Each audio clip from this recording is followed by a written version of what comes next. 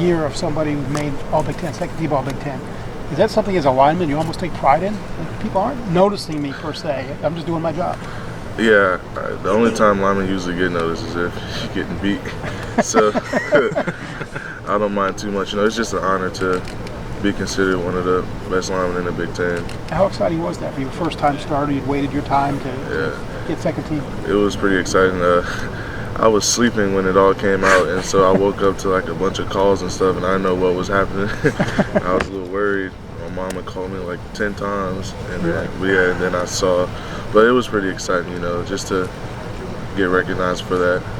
Why do you think you've flown so much under the radar this year? Is it just your personality or what? I guess so. I'm not sure. But I'm not really, it's not about me. Never will be. I just do my part in the team and try to help us win.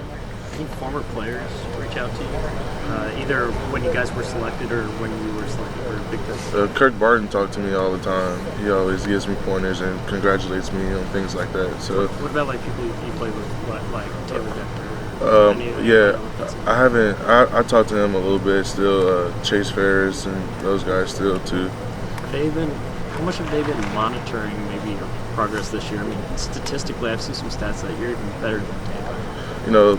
Those guys are usually pretty busy, but when they get a chance, they still give me a call, shoot me a text or something like that when they see something happen that's good or something like that. So last year, Jerome was telling us a little bit during bowl practice that they felt like they grew a lot, and I asked them, maybe that's because they knew this was that one game, obviously a big game against like Notre Dame, but you knew you didn't have one after that until the next year.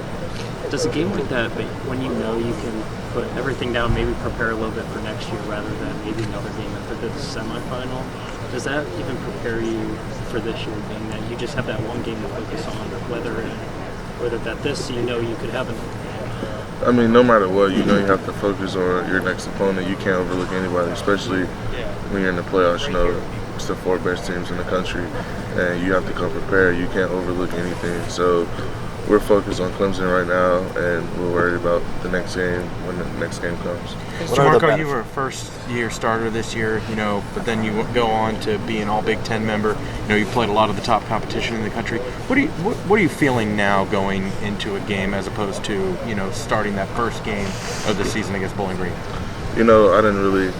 I was like more excited and jittery, I would say, probably going into the first game. It's the first start in the shoe and all those types of things. But now, I got a couple of games under my belt, and I know how to prepare for a game since I've done it a couple times now, and it's definitely more comforting later in the season.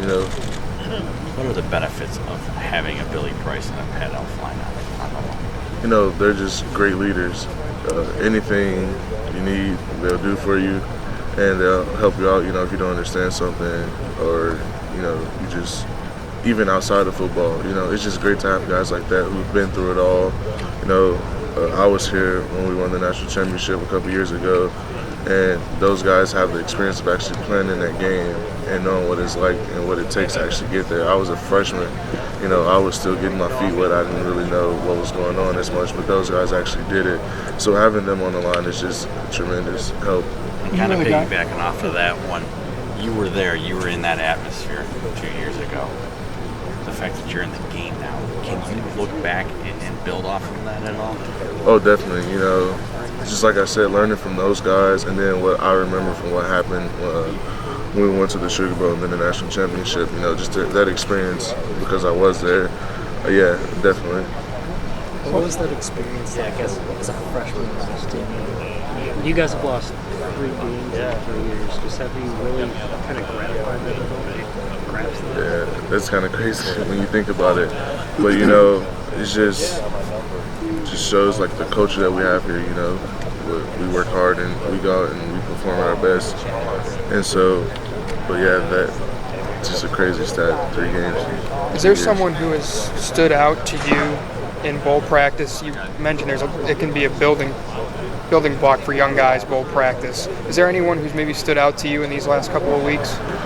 Some of those D linemen that we have are going to be really good. We got like Malik Barrow, Jonathan Cooper, those guys, they're going to be really good. What have they shown you